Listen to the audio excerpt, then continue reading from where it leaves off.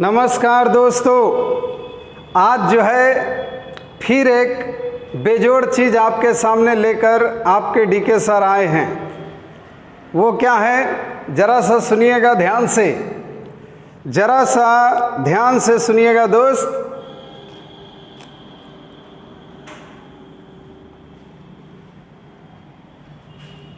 Please बाबू, आरी धान है और बीच में भगवान है। आरी धान है, बीच में भगवान है। बाबू, आरी क्या होता है? तो खेतवन में पानी को बाहर न निकलने देने के लिए एक आरी खींचा जाता है। आप तो हमारे ही तरफ के हैं, आपको तो सब बात समझ में आती है, क्योंकि हम लोग तो किसान की औलाद हैं और किसानी जानते हैं। तो फिर से एक बार, आरी धान है, बीच में भगवान है। और आज के दिन इसी भगवान का अध्ययन हम करेंगे। इट मीन्स आज का टॉपिक होगा स्टडी ऑफ जीरो। भारत में कोई भी इतना डिटेल से आपको जीरो के विषय में नहीं पढ़ाया होगा जितना विषय में, जितना डीप से आपको हम जीरो का अध्ययन करवाने जा रहे हैं। वास्तविक में जीरो एक ऐसी संख्या है जो वैल्यू तो बहुत बड़ा रखता है, लेकिन उसके विषय में अगर कुछ कहा जाए कहने के लिए तो हमारे पास मैथमेटिक्स में नील जवाब होता है। आप इधर देखते हैं तो ये एक निगेटिव नंबर है।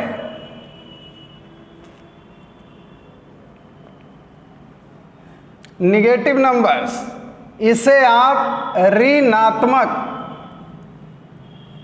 संख्या के नाम से जानते हैं। इधर अगर आप देखें तो ये पॉजिटिव नंबर है।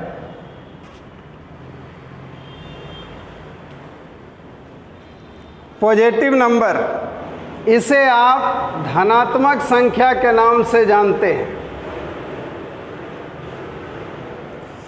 जितनी भी दुनिया की संख्याएं हैं वो या तो ऋणात्मक या तो धनात्मक रूप में होती हैं, या तो निगेटिव या तो पॉजिटिव रूप में होती हैं, या तो माइनस महिला के रूप में होता है, या तो पुरुष के रूप में होता, प्लस के रूप में। लेकिन ये ऐसी संख्या है जो ना महिला है ना पुरुष है। तब बाबू ये कौन है? तो ये है न्यूट्रल।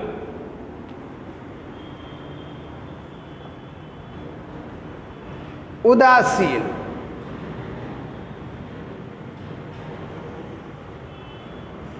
अब मेरे भाई सर जी एक बात बोले कि ना महिला है ना पुरुष है, तो आपके दिमाग में तो दूसरे बात चल गया कि महिला पुरुष न है तो कौची है।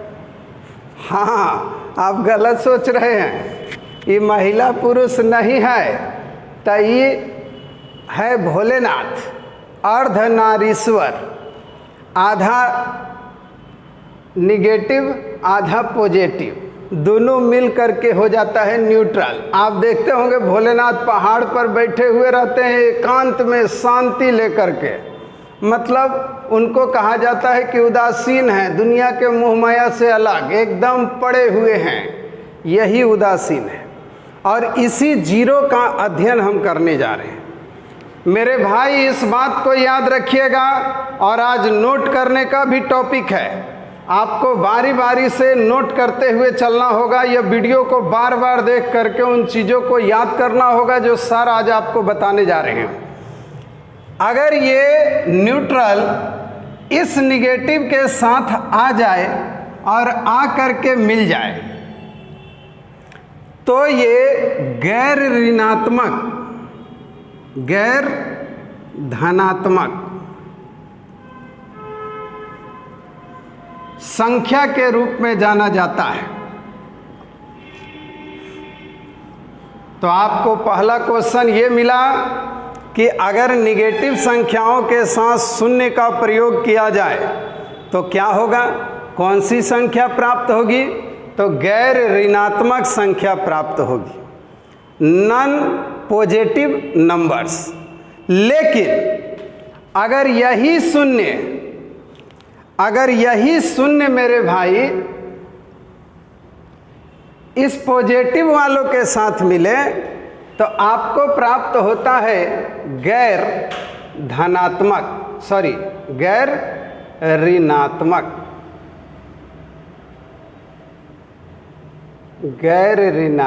संख्या, नॉन नेगेटिव नंबर्स। इसे पूर्ण संख्या भी कहते हैं, इसे पूर्ण संख्या भी कहते हैं। अंग्रेजिया वाला बचवन इसको होल नंबर बोलता है, होल नंबर। इसका मतलब ये है नेचुरल नंबर।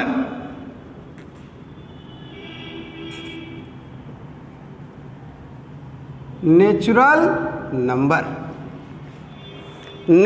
नंबर के साथ अगर जीरो का कभी भी प्रयोग हो जाए तो वो होल नंबर एक कंप्लीट रूप ले लेता है, और इसी के कारण इसे होल नंबर कहा जाता है, पूर्ण संख्या कहा जाता है। जैसे कोई आदमी है, शादी हुआ तो बीवी और हस्बैंड, और जब उसके पास में एक बच्चा आ जाता है तो वो पूर्ण फैमिली हो जाता है, आपका भी एगो फैमिली बनेगा। वैसे ही ये जब नेचुरल नंबर इस जीरो के साथ मिलता है तो एक पूर्ण परिवार बन के तैयार हो जाता है, इसीलिए इसे पूर्ण संख्या होल नंबर के नाम से जानते हैं। नोट कर लीजिएगा दोस्त, ये छोटी छोटी बातें जब से ऑनलाइन परीक्षा शुरू हुई तब से ये छोटी छोटी बातें बार बार आपके एग्जाम्स में पूछे जाते हैं। आइए आगे बढ़ते हैं मेरे भाई।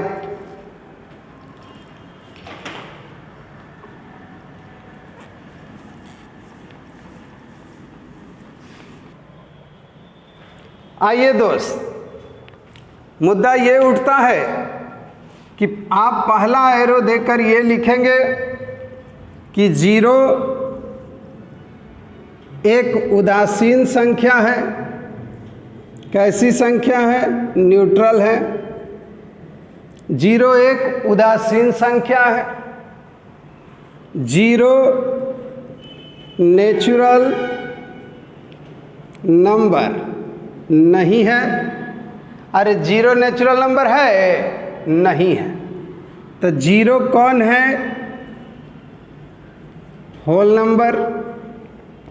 जीरो होल नंबर है ना? तो हाँ, तो मेरे दोस्त आपने अध्ययन किया कि जीरो एक न्यूट्रल नंबर है, उदासीन संख्या है, जिसे प्राकृत संख्या कभी नहीं कह सकते हैं। जीरो एक होल नंबर है, पूर्ण संख्या है। आपके एग्जाम्स में छोटे छोटे चीज़ पूछे जाते हैं, जैसे ऑनलाइन जब से एग्ज़ाम चल रही है आपके अंदर का ज्ञान देखा जाता है कि बच्चा को कितनी समझदारी है। तो बच्चा मेरा समझ रहा है कि जीरो न्यूट्रल भी है, होल नंबर भी है। अब ये बाबू एगो मैटर उठता है कि जीरो को हम इवन नंबर कहते हैं या फिर नहीं कहते। जीरो को इवन नंबर कहते हैं या फिर नहीं कहते।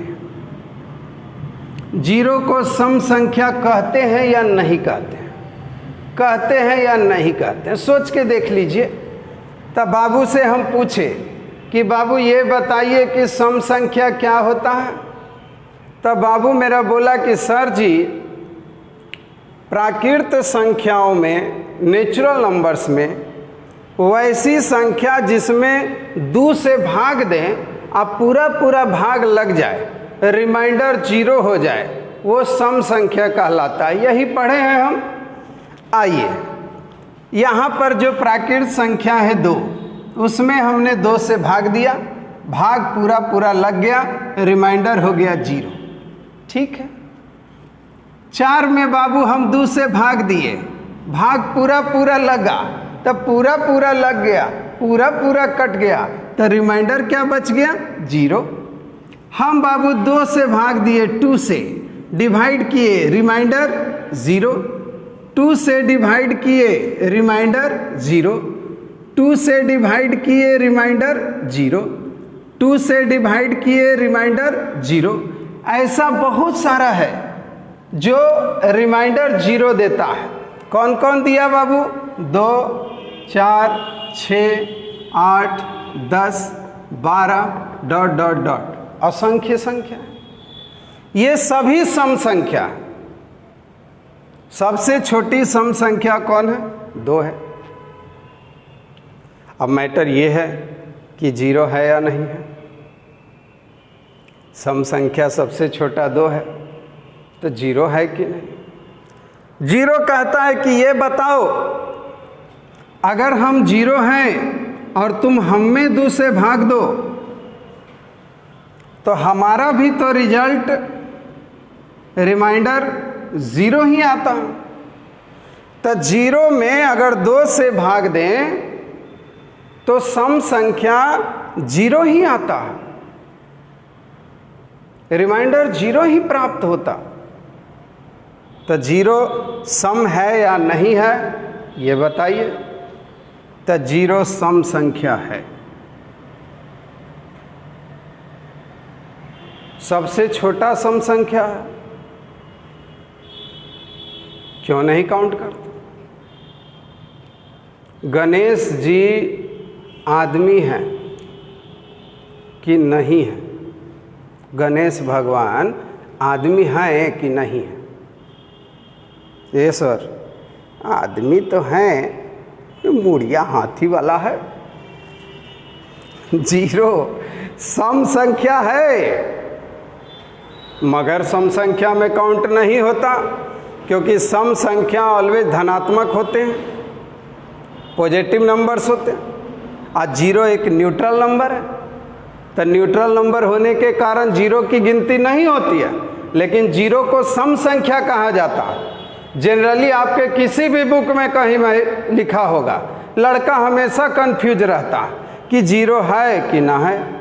आज जान लीजिए कि 0 हमारी एक सम संख्या है, क्योंकि वो सभी शर्तों को पूरा करती है, लेकिन धनात्मक नहीं होने के कारण इसे सबसे छोटी संख्या के रूप में नहीं लिखा जाता।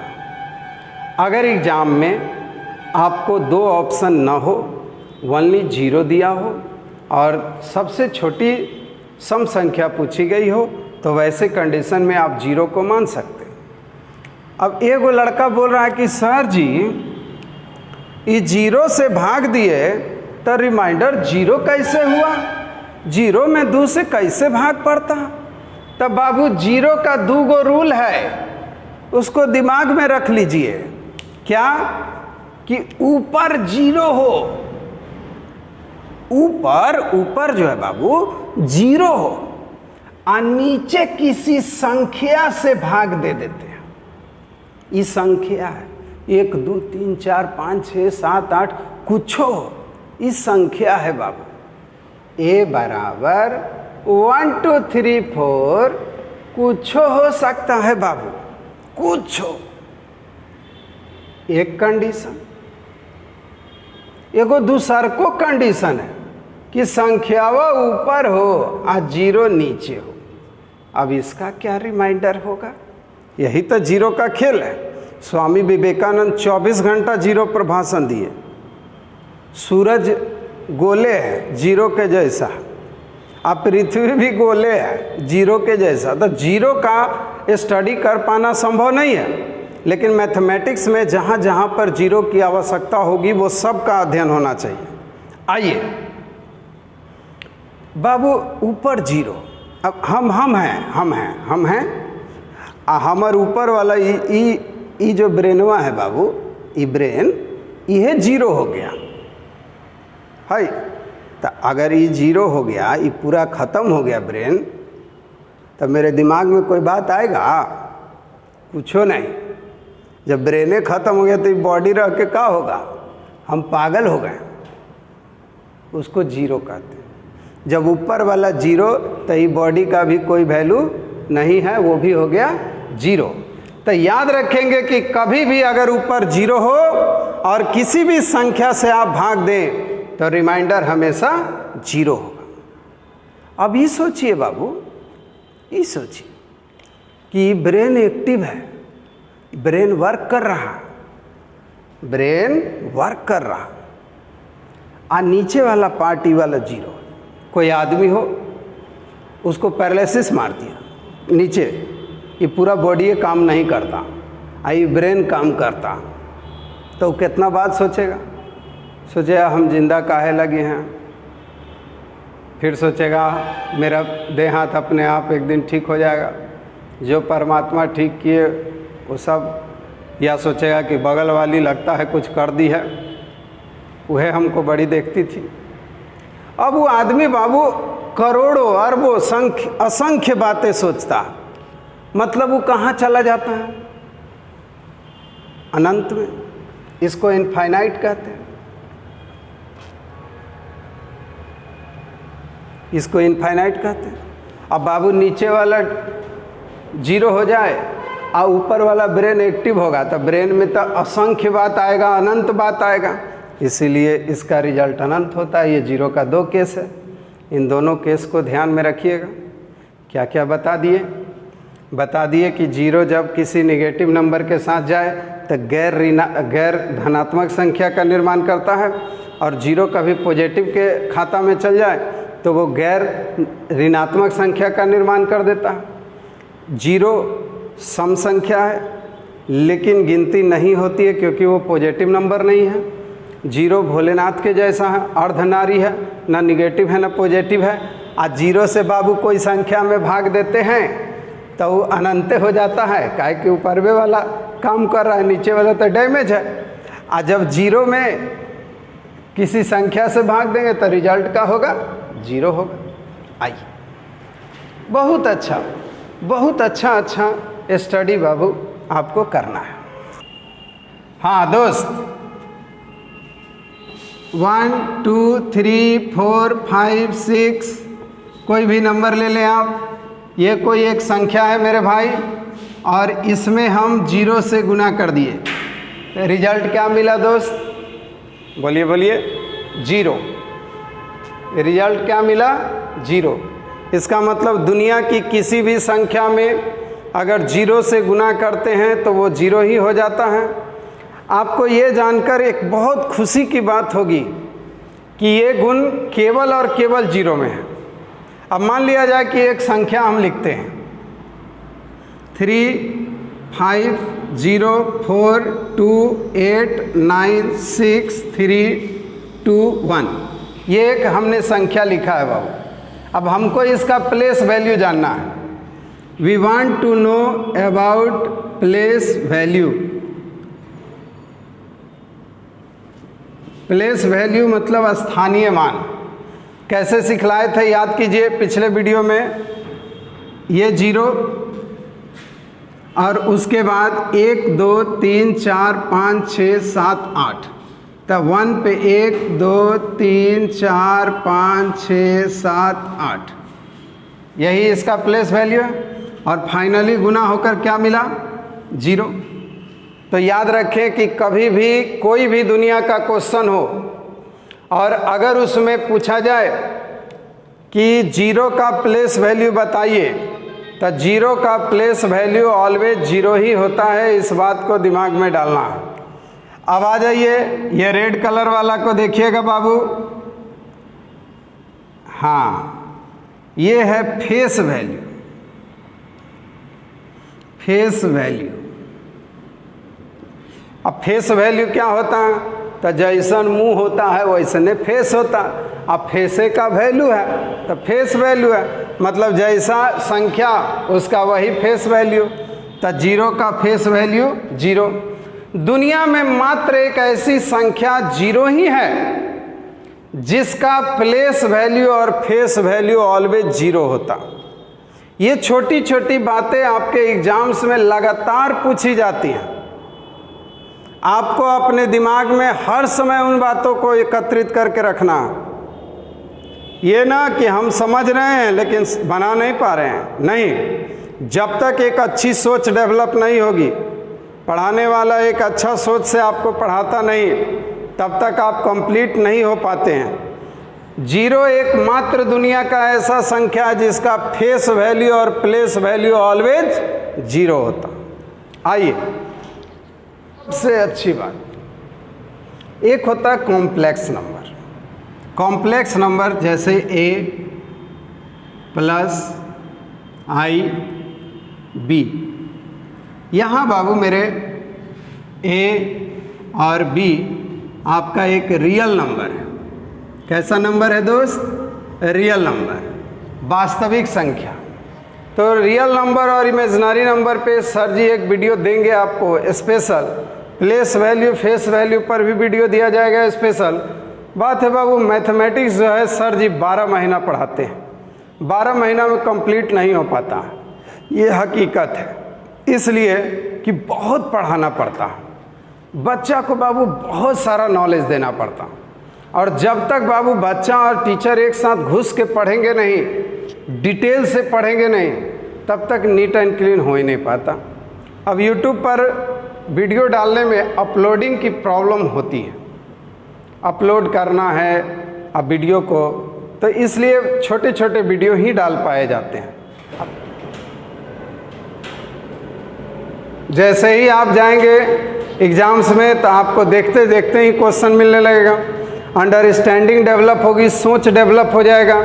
इस पर हम लोग काम कर रहे हैं। आइए, तो कॉम्प्लेक्स नंबर है ये, मिश्रित संख्या। a और b रियल नंबर होते हैं और स्मॉल i इमेजिनरी नंबर होता है।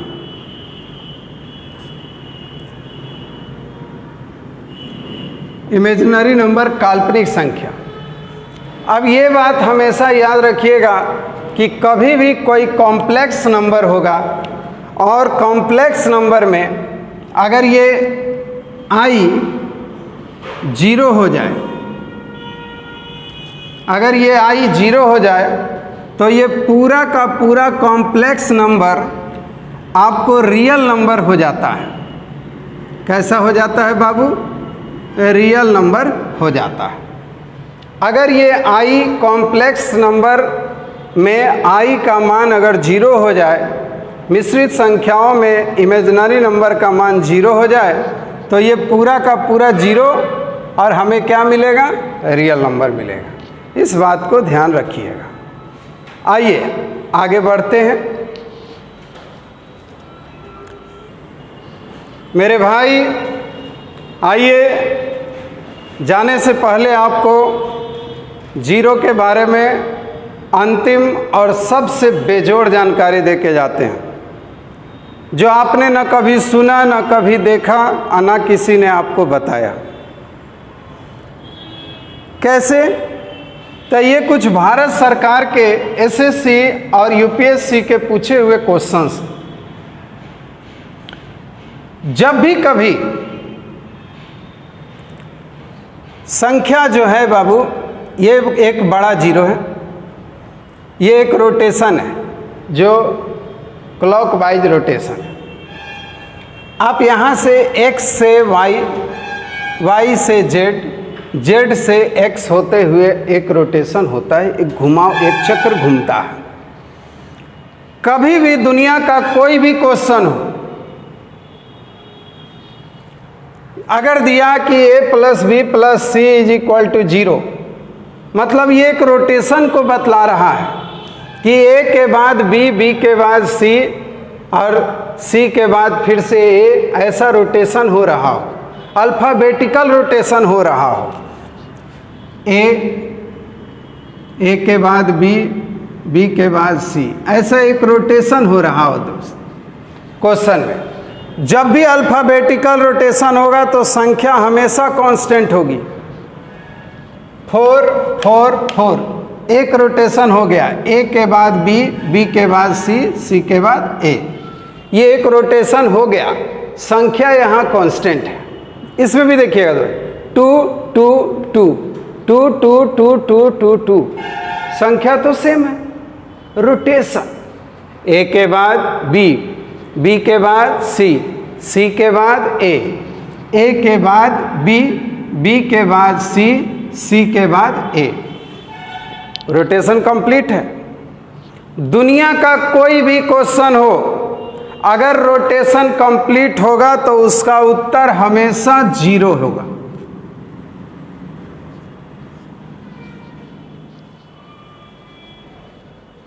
मेरे भाई, अगर 1 दिया हो और 1 के नीचे रोटेशन कंप्लीट हो रहा हो अल्फाबेटिकल, जैसे x के बाद y, y के बाद z, x के बाद y, y के बाद z, z के बाद x। देखिए बाबू, y के बाद z, z के बाद x, y के बाद z, z के बाद x, x के बाद y, z के बाद x, x के बाद y, z के बाद x, x के बाद y। ये एक रोटेशन है जो कंप्लीट हो रहा। अगर रोटेशन कंप्लीट होगा तो इसका भी उत्तर 0। प्रायः आप इसे चेक करने के लिए a का वैल्यू 1, b का वैल्यू 1 और c का वैल्यू -2 का प्रयोग करके आप इसे चेक कर सकते हैं कि आपका उत्तर 0 आता है या नहीं। जनरली इस पैटर्न के दुनिया के जितने भी क्वेश्चन होंगे जिसमें रोटेशन कंप्लीट होगा, वो एक सर्टेन रूल से चलेगा। सर्टेन रूल का मतलब संख्या कांस्टेंट होगा, अल्फ़ाबेटिकल रोटेशन होगा, तो वैसे कंडीशन में 0 उत्तर होगा। आइए एक और क्वेश्चन आपको लेते हैं। मेरे भाई, फिर एक क्वेश्चन आपके सामने। आए दिन आप रेलवे, बैंक, एसएससी, यूपीएससी के एग्जाम्स में इसको पाते हैं। ये भारत सरकार के ही पूछे हुए क्वेश्चंस हैं। ये भी उसी पैटर्न को बताता है, a + b + c = 0, अर्थात a, b और c का एक रोटेशन होना चाहिए। a के बाद b, b के बाद c, c के बाद a, एक रोटेशन। लेकिन यहाँ क्वेश्चन दूसरे प्रकार का है। यहाँ पर बेस, नीचे वाले को बेस कहते हैं बाबू। बाबू, कोई भी संख्या है तो नीचे वाले को बेस कहते हैं। बाबू को बेस पसंद भी है, बाबू को बेस पसंद है। और ऊपर वाले को पावर कहते हैं। पावर, ऊपर तो पावरे होता ही, माथा पावर है बाबू। यही पावर से हम लोग दुनिया को उलट सकते हैं। और नीचे पैड है, बेस। बेस पैड को कहते हैं। तो नीचे हमेशा बेस और ऊपर हमेशा पावर। तो मेरे भाई, कोई भी क्वेश्चन हो जिसका बेस सेम हो, सेम बेस, और पावर को देखना, पावर अल्फ़ाबेटिकल रोटेशन मोड में हो, लेकिन भीतर झांकिएगा ना तब भीतरे झांकिएगा, और जब बाहरी झांकिएगा तब बाहर से झांकिएगा। झांकने का तरीका एक ही तरह का होगा। ये ना कि हुला खुला के है ना होने झांक रहे हैं, ना है ना होने नहीं झांकना, अंदर झांक रहे हैं हम। ए के बाद बी, बी के बाद सी, अरे ए के बाद बी, बी के बाद सी, सी के बाद ए। घूम रहा है? हाँ जी सर, घूम रहा है। अब स्क्वायर वाला को पकड़िए, ए के बाद बी, बी के बाद सी, घूम गया। अब यहाँ से पकड़िएगा बाबू, घुमा घुमा के देखना होता है जी, तो अबे घूमेगा। बी के बाद सी, सर जी बी के बाद सी, सी के बाद ए, सी के बाद ए के बाद बी, ए के बाद बी, पूरा घूमा है। तो कभी भी पूरा घूमेगा ना दोस्त, ये पावर में घूम रहा है, तब पावर घूम गया, तब पावर हो गया 0। और दुनिया में कोई भी संख्या पर पावर 0, उसका वैल्यू 1। ऐसे भी कुछ क्वेश्चंस आपको आते रहते हैं और क्वेश्चंस हमेशा देखते रहना होता है, क्योंकि 0 पर सैकड़ों बातें हैं बाबू, और वीडियो बहुत कम समय का होता है। तो 0 पर आज का टॉपिक इतना ही रहेगा। आप सभी अच्छे से पढ़ें,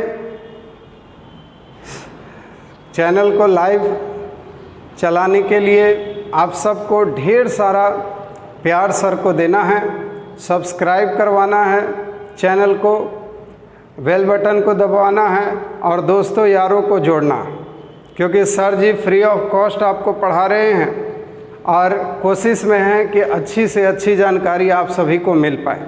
फिर तो लॉकडाउन ये जो अभी कोरोना की महामारी है, इससे निपटने के बाद हम ऑफलाइन आएंगे, तो फिर ऑफलाइन में आपसे दिल से सारी बातें होती रहेंगी। अभी वीडियो से मज़ा लेते रहिए। जय हिंद।